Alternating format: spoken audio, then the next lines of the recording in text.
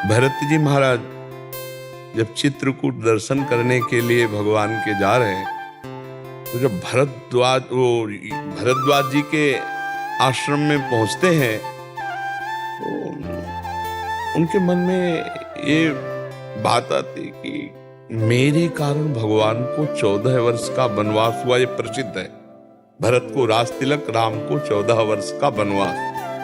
अब कैसे मैं ऋषि से बड़े संकोच में, तो ऋषि आपस में चर्चा कर रहे हैं कि भरत जैसा प्रेमी सृष्टि में राम जी का दूसरा कोई नहीं हो सकता। भरत सरिस को राम सनेही, राम सनेही भगवत प्रेमी, जग जप राम राम जप जेही। भरत जैसा कौन प्रेमी होगा कि सारा संसार राम राम जपता है, और राम जी श्री भरत जपते हैं। भरत सरिस को राम सनेही, जग जप राम राम जपते। जब वार्ता होती है भरत जी की और ऋषि की, तो कहते सुनो भरत, हम झूठ न कहें, उदासीन तापस बन रहे। हम उदासीन है, हमारा न कोई शत्रु है न मित्र है, और तपस्वी है, हमें किसी से कुछ लेना देना नहीं, वन में रहते हैं। हम झूठ नहीं बोलते, सत्य बोल रहे हैं कि हमने देखा प्रयाग में जब संगम में प्रभु स्नान कर रहे थे, तो तुम्हारे अनुराग में उमग उमग कर श्री भरत ऐसा कहते हुए अशुभ प्रवाह कह रहे थे। वह इतना प्रेम प्रभु तुम्हें करते हैं।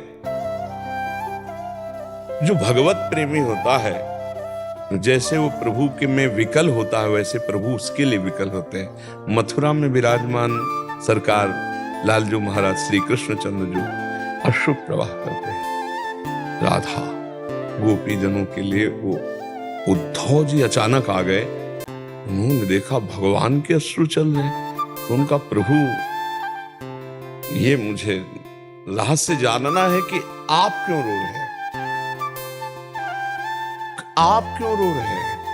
मतलब आपका रुदन, आप ज्ञान समुद्र हैं, आप ही आप तो हैं, फिर आप रुदन किसके लिए कर रहे हैं? बोले हमारा स्वभाव है कि मुझे जो जैसे भजता है, ये था माम प्रपद्यन्ते तास्ततो भजाम में हम, तो गोपी जन वृंदावन में रुदन करते हुए मेरा स्मरण कर रहे हैं, तो मुझे उनके स्मरण में रुदन करना आ रहा है। अगर मेरा रुदन बंद करवाना चाहते तो गोपियों का रुदन बंद करवा।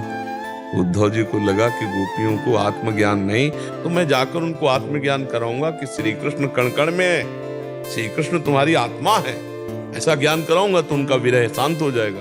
लेकिन यहाँ उल्टा हो गया।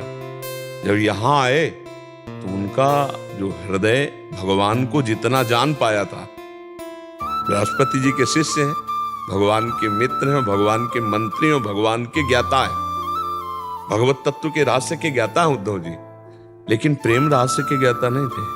तब उद्धव जी के मन में आया कि मुझे श्री कृष्ण ने ठग लिया, अपना प्रेम तो दिया ही नहीं जो गोपी जनों में व्याप्त है।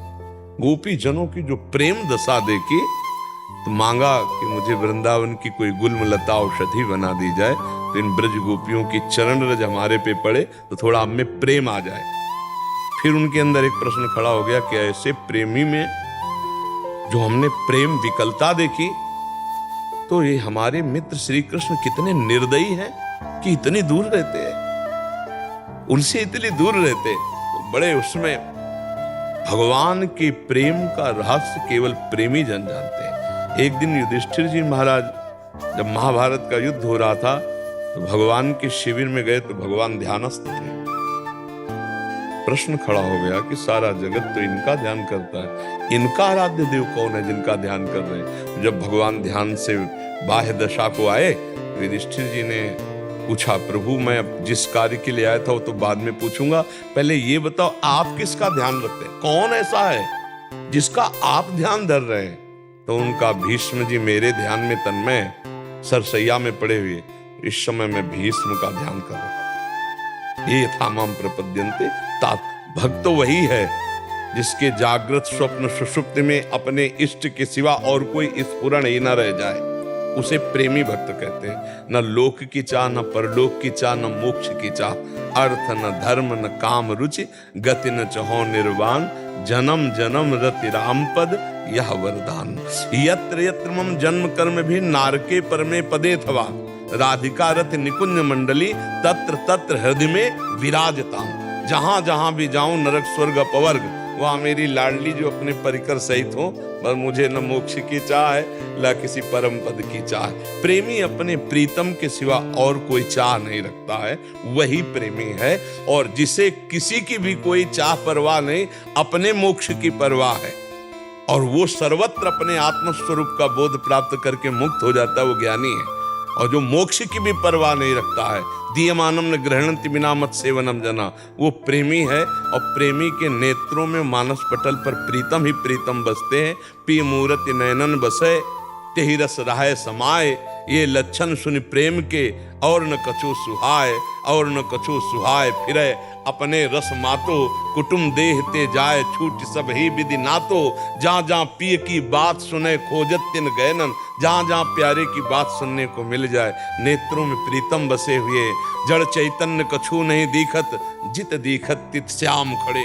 बिउहल बिकल संभारण तन की, घूमत नैना रूप भरे। करनी अकरनी दो विधि भूले, विधि निषेध सब रहे धरे। नरहरिदास ते भय बावरे, जे या प्रेम प्रवाह परे। रूप छके घूमत रहे, तन को तनिक न भान। नारायण दृग जल बहे, यह प्रेम पहचान। विरह कमंडल कर लिए, बैरागी दो नयन। मांगत दरस मधुकरी, छके रहत दिन। ना काहू सो बोलिबो, ना कोई व्यवहार। अपनी कुंवर किशोरी को जियत निहार निहार। सुने न काहू की कही, कहे न अपनी बात। नारायण व रूप में मगन रहे दिन रात। ऐसा प्रेमी, इसे प्रेमी कहते हैं। और उसे ज्ञानी कहते हैं जो अपने मोक्षाभिलाषी चित्त से निरंतर संसार के चिंतन से शून्य करके आत्मस्वरूप में जो स्थित हो गया, वो मोक्ष पद को प्राप्त होता है। और जिसे मोक्ष की भी परवाह नहीं, अपने प्रीतम की तड़पन में, व्याकुलता में वो मगन रहता है। सिसकना, रोना, तड़पना आहों की जागीर। हा कृष्ण हा राम हा प्रिया, ऐसे जो तड़पता रहता है वो प्रेमी होता है। जिसे न लोक परलोक की कोई परवाह, न कोई चाह, केवल अपने प्रीतम के चिंतन में आंसू बहाने में जो उसे सुख मिला, उसे कहीं और सुख नहीं मिलता है। ये प्रेमी की पहचान तो भगवान ही करवावे तो हो सकता है, नहीं प्रेमी की पहचान नहीं। प्रेम बड़ा दुर्लभ विषय है। एक बार श्रीमद वल्लभाचार्य जी से प्रसाद पवाना चाहते तो कहा एक वैष्णव को पवा दो, तो 100 ब्राह्मणों को। उनका हम 100 वैष्णवों को पवाना चाहते हैं, तो कहा एक प्रेमी को पवा दो तो 100 वैष्णवों का हो। बोले हम 100 प्रेमियों को, तो उन्होंने कहा 100 प्रेमी नहीं होते, प्रेमी तो भगवान के एक ही दो पाए जाते। एक दो ही जो पाइए खोजी सब संसार। समझ रहे आप?